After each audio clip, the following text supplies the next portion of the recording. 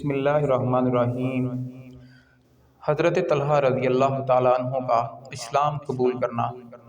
جب حضرت ابوبکر صدیق رضی اللہ تعالیٰ عنہ نے دین اسلام قبول کر لیا تو قریش کے چند ایک سردار دارالندوہ میں جمع ہوئے۔ انہوں نے آستینیں چڑھا لی اور حضرت صدیق اکبر رضی اللہ تعالیٰ عنہ کے بارے میں باہم مشورہ کرنے لگے۔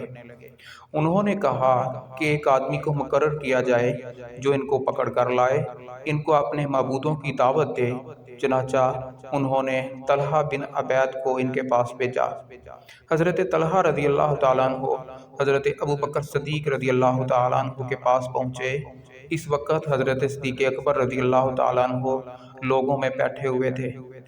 حضرت طلحہ رضی اللہ تعالیٰ عنہ نے بلند آواز سے کہا، اے ابوبکر صدیق رضی اللہ تعالیٰ عنہ، میرے ساتھ آؤ۔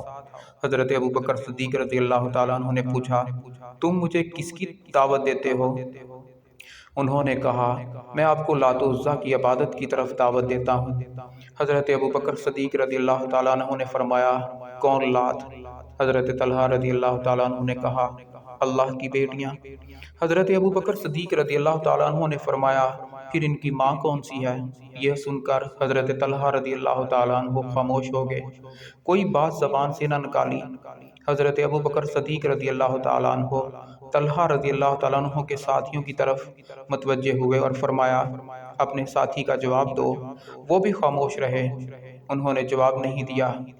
طلحہ اپنے ساتھیوں کی طرف کافی دیر تک دیکھتے رہے۔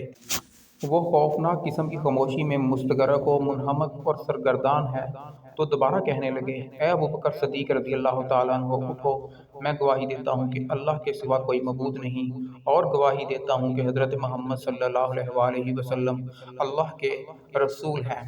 یہ سن کر حضرت ابوبکر صدیق رضی اللہ تعالیٰ عنہ نے ان کا ہاتھ پکڑا اور انہیں رسول اللہ صلی اللہ علیہ وآلہ وسلم کے پاس لے گئے۔